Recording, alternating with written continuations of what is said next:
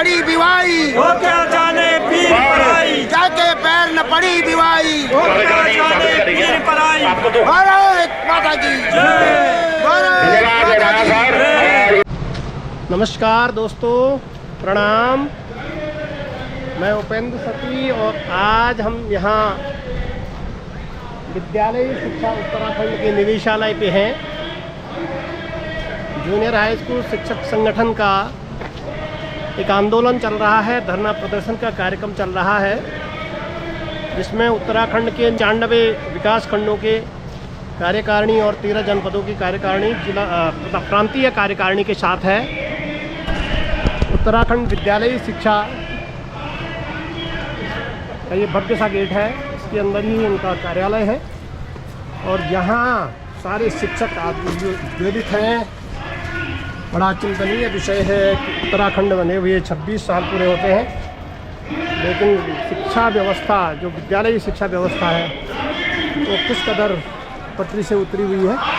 इन तमाम चिंताओं को लेकर के अध्यापकों का यहाँ पर प्रदर्शन चल रहा है। तमाम तरह के कंस्ट्रक्शन भी हो रहे हैं, बहुत व्यवधान भी है और ये भवन है निदेशालय प्राथमिक से प्रशिक्षण संस्थान राज्य शैक्षिक प्रबंधन सभी की उत्तराखंड सभी के लिए शिक्षा परिषद सिलेट के बाहर राज्य परियोजना कार्यालय जो समग्र शिक्षा है उसके बाहर धरने पर बैठे हुए हैं। इसी का ये वीडियो है। उत्तराखंड जो देवभूमि है, एक शानदार सा देहरादून जिसकी हृदय स्थली है, जहाँ से धड़कता है उत्तराखंड, चाहे वो शिक्षा के क्षेत्र में हो चाहे शासन के क्षेत्र में हो। उस निदेशालय में आज अध्यापक का रोष व्यक्त करने के लिए आए हैं। ये बातें हैं, इनसे जानते हैं किस तरह से शासन क्या चूक करता है, इस बात को भी जानने की कोशिश करते हैं। सामने है निदेशालय माध्यमिक शिक्षा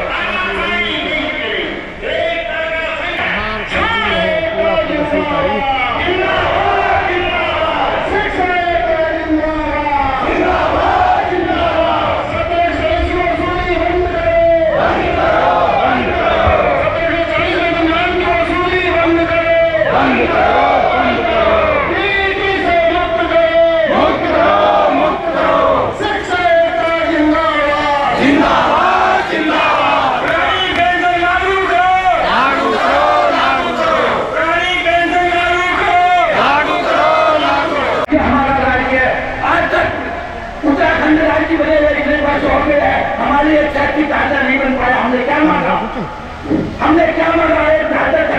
बन जाए, आज हमारी कोई व्यवसाय चल रही है, वित्तीय संचालन अच्छे चल रहा है। हमको तीसरी करना मांगा, हम कब से को मांगने आ रहे नहीं दे सकते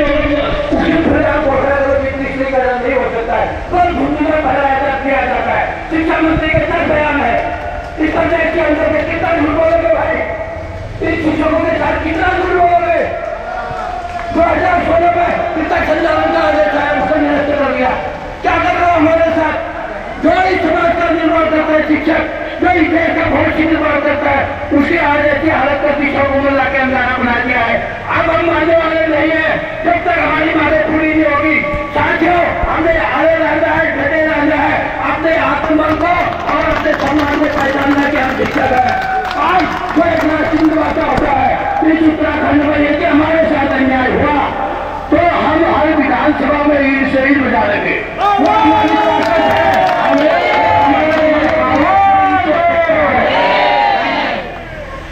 हमारे मनोबल को छोड़ने वाला कोई पैदा नहीं हुआ है संसार में, क्योंकि हमको भगवान ने गुरु की महिमा की है, हम उसका निर्वहन करें। हमने अपने जी का पद मांगा, अपने कई बार अपना देंगे कि क्या हमारे जूनियर का सोमनाथ जी का अध्यापक भी होना चाहिए। दयानंद जी समय में था। आज सरकार क्या लाई? ये आज में क्या कही है कि 3 अध्यापक होने चाहिए कम से कम। सारे अधिकारी ये मान बैठे कि जूनियर में 3 ही रहेंगे। उसका मतलब ये नहीं है, अगर उसको किसी अच्छे से इंटरप्रेट किया जाए, उसका अर्थ यह था कि कम से कम 3 होने चाहिए। उसके अलावा हमारा हर विषय का अध्यापक होना चाहिए। आज हमारे साथ ऐसा दुर्व्यवहार हुआ है। हमारे अंग्रेजी का अध्यापक पूरे प्रदेश में अंग्रेजी का अध्यापक जब तक तक नहीं होगा, इस आवाज को दबाया नहीं जा सकता। वो हमारी सबसे बड़ी जायज मांग है। पुरानी पेंशन के लिए हमारा संगठन हमेशा आंदोलन देते हैं। अपने ग्राम जनपद में जाने के लिए हमारी मांग थी, उसमें भी हमारा संगठन इस बार लड़ रहा है। 13 प्रोजेक्ट में एक वेतन वृद्धि की मांग को हम लड़ रहे हैं, जबकि हमारे पास पदोन्नति के अवसर एक है, एक भी पदोन्नति नहीं हो रही। आप देख रहे हो राम सिंह चौहान जी ने परसों अपने वक्तव्य देकर हमको कितना दूंगा, हमको कितना, हम उसी कड़ी में जुड़े हुए लोग हैं, हमारे साथ भी ऐसा हो सकता है। इसलिए हमको एकत्रित रहने, अपनी एकता को बिल्कुल कमजोर नहीं होने देना है। साथियों, मैं दुराची क्षेत्र बागेश्वर से यहाँ आकर आप लोगों के मनोबल को बढ़ाने आया हूँ। और सबसे पहले अगला चरण जो हमारा 8 जून के बाद जो चरण हमारा होगा, संगठन जो आदेश देगा उसका हम 100% पालन करेंगे। ये हम सबका आंदोलन है, हर एक का आंदोलन है। इसको अपना आंदोलन समझकर इस आंदोलन को सफल बनाना है, तभी हमारी अस्मिता और हमारा जो कार्य क्षेत्र है तभी बच पाएगा। आज हमारे साथ इतना बड़ा अन्याय हो रहा है, इसलिए अन्याय के लिए संघर्ष करना पड़ता है। उस संघर्ष में हमारे कुशल नेतृत्व ने हमको ये मौका दिया है, इसको नहीं चूकना है, नहीं चूकना है। बहुत बहुत धन्यवाद। अजय जी ने गहराई से सुना है। मैं अग्रिम चरण में भी अपने जनपद से हर समय आंदोलन के लिए तत्पर रहूंगा। मैं एक आंदोलनकारी रहा हूं और रहूंगा। बहुत बहुत धन्यवाद। धन्यवाद हमारे सम्मान्य अजय जी।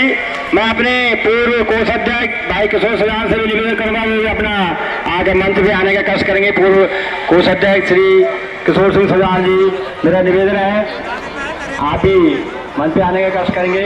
साथियों, शिक्षक एकता, वाह, शिक्षक एकता। आप सभी लोगों को बिना निवेदन है, आप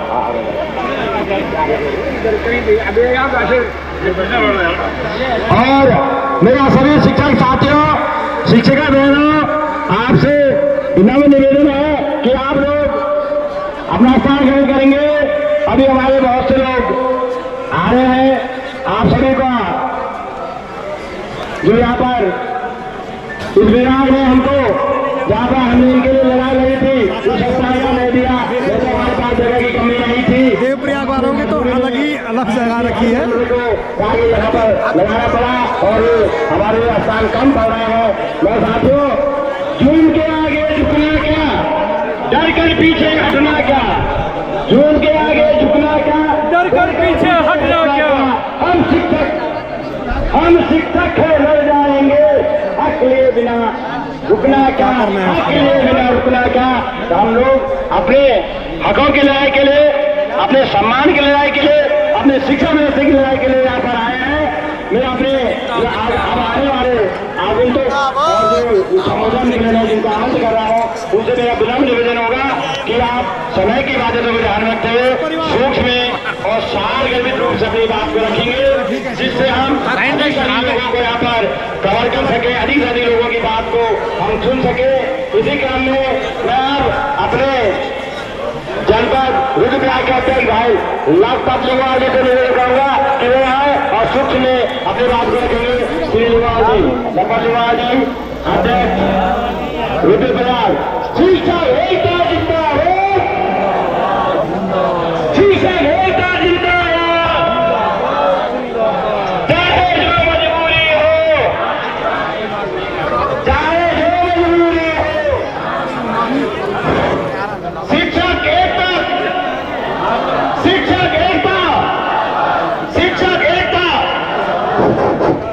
जूनियर हाई स्कूल शिक्षक संघ के 1 दिवसीय, जरा जो साइड में जो लोग बैठे ना, ये वाली गैलरी में आ जाओ।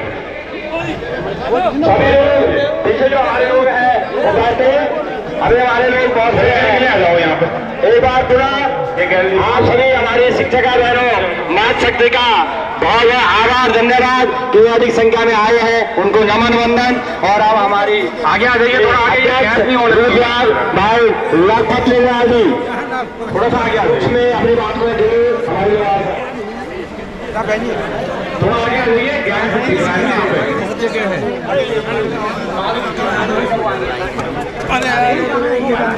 फोन नहीं सुन थोड़ा सा आगे आगे पीछे हमारे शिक्षक साथी, शिक्षिका बहने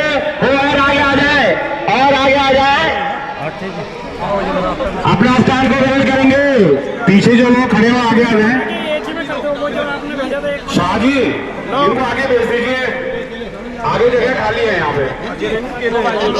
और किसको देना है? पीछे से आ जाइए, यहाँ जगह खाली है। चिंता करके तो हम ला रहे हैं। लगातार 3 चरणों में सफलतापूर्वक संपन्न हुआ। आज हम चौथे चरण में प्रवेश कर चुके हैं। अभी तक का जो आंदोलन था काफी सफलतापूर्वक संपन्न हुआ, लेकिन शिक्षा विभाग, शासन। आप श्री दयानंद तिवारी जी हैं, जो उत्तराखंड राज्य आंदोलनकारी भी हैं और जिन्होंने यहाँ पे शिक्षा की बुनियाद डाली है, इन संगठनों की बुनियाद डाली है। तिवारी जी, 26 वर्ष पूरे होने को है इस प्रदेश को, इसकी विद्यालयी शिक्षा की स्थिति को आप क्या देखते हैं? शासन की भूमिका को आप क्या कहना चाहेंगे?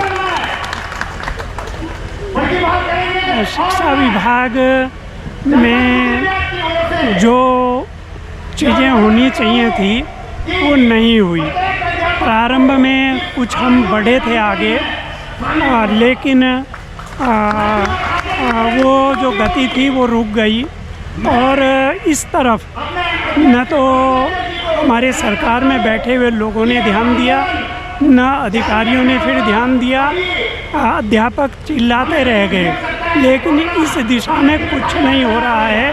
थोड़े बहुत एक्सपेरिमेंट किए जाते हैं और इसके अलावा कुछ नहीं हो रहा है। आज की तारीख में शिक्षा की स्थिति बहुत दयनीय हो गई है। ये समझ में नहीं आता कि ये सरकार, सरकार में बैठे हुए लोग ये शिक्षा को किस दिशा में ले जाना चाहते हैं। एक भ्रमित हैं। मैं समझता हूँ जो अच्छे विचारवान लोग हैं, चिंतक लोग हैं, उनसे पूछा नहीं जा रहा है, और जो अनुभवहीन लोग हैं वो सारे विभाग को चला रहे हैं। तो शिक्षा विभाग का जितना काम इस समय है वो लेश मात्र भी संतोषजनक नहीं है। सर, एक चीज़ आपने देखी होगी, पिछले 26 सालों में बहुत बड़ी संख्या में सरकारी विद्यालय बंद होते जा रहे हैं। उत्तराखंड जो एक छोटा सा राज्य है, जो 13 जनपदों का राज्य है, जो 95 विकास खंडों का राज्य है और 1.5 करोड़ से लगभग इसकी पॉपुलेशन है, तो शासन की चूक कहाँ आपको दिखती है? पहले एक नियम था कि प्राइवेट स्कूल को मान्यता इस शर्त पे दी जाती थी कि उसकी सरकारी स्कूल से इतनी दूरी होगी। अब वो नियम समाप्त कर दिया गया। सरकारी स्कूल के बगल में प्राइवेट स्कूल खोल दिए गए जो बड़े लोगों के हैं, जिनकी अप्रोच सरकार में है। दूसरे सरकार और सरकार के सचिव वो लोग जानबूझ करके कुछ ऐसी चीज़ें कर रहे हैं जिससे विद्यालय बंद हों। अंग्रेज़ों के ज़माने से लेकर के जूनियर हाई स्कूलों में कम से कम 5-6 अध्यापक रहते थे। इन्होंने घटाते घटाते 3 कर दिए, जिसका सीधा असर पठन पाठन पे पड़ता है। मेरा अपना अनुभव रहा है कि प्रारंभ में जितने शिक्षा विभाग के जो अधिकारी होते थे, ब्लॉक अधिकारी, जिला अधिकारी, मंडल में बैठे हुए अधिकारी, वो विद्यालयों का निरीक्षण करते थे, वो आज पूरी तरह से बंद हैं। कोई निरीक्षण नहीं है। अध्यापकों से इतने काम कराए जा रहे हैं कि उन्हें पढ़ाने का समय भी मुश्किल से मिल पाता है। कहीं कहीं तो 1-1, 2-2 अध्यापक रह गए हैं। बताइए 3 कक्षाएं कैसे पढ़ाइए। ऐसे ही प्राइमरी स्कूलों की स्थिति है, वहाँ भी अध्यापक संख्या बहुत कम कर दी गई है। जो हैं भी उनमें 12 महीने कोई ना कोई और काम उनसे कराया जाता है।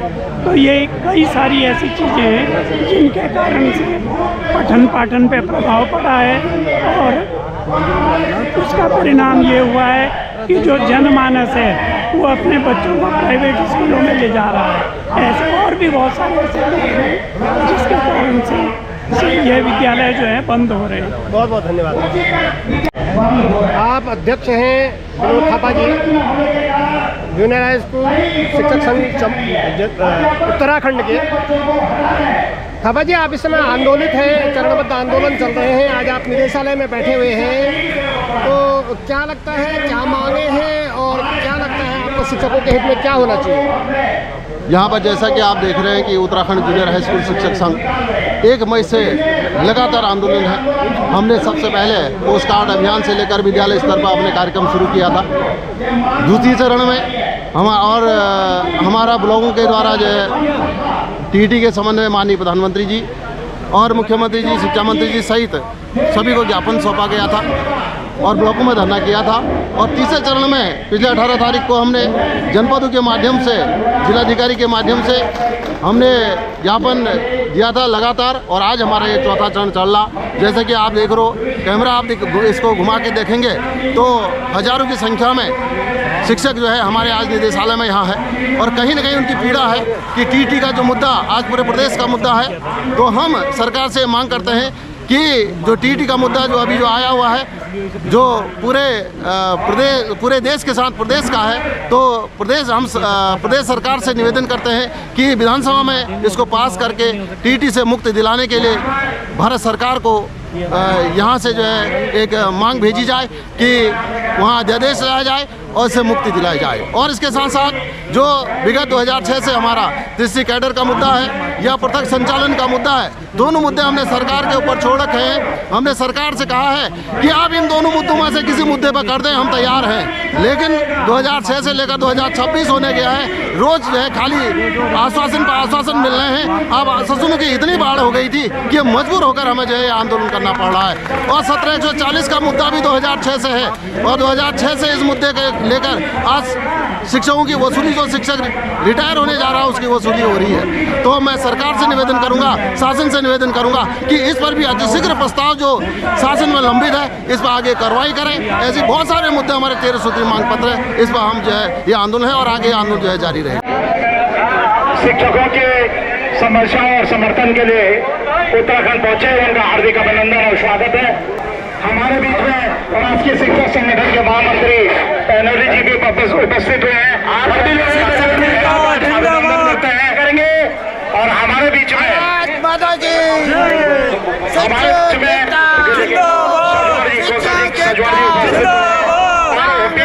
के मुद्दे पे शिक्षकों के बीच में अपना आंदोलन चल रहे हैं।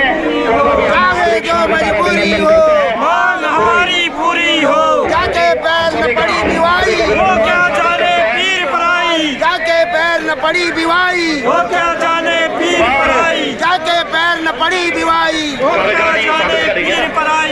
भारत माता की जय, भारत माता की जय।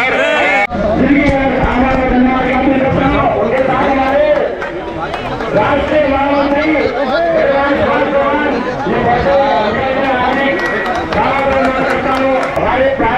राष्ट्रीय जी के साथ मुजफ्फरनगर के हमारे अध्यक्ष श्री संजीव बाजान जी पहुंचे हैं, उनका हार्दिक स्वागत अभिनंदन है।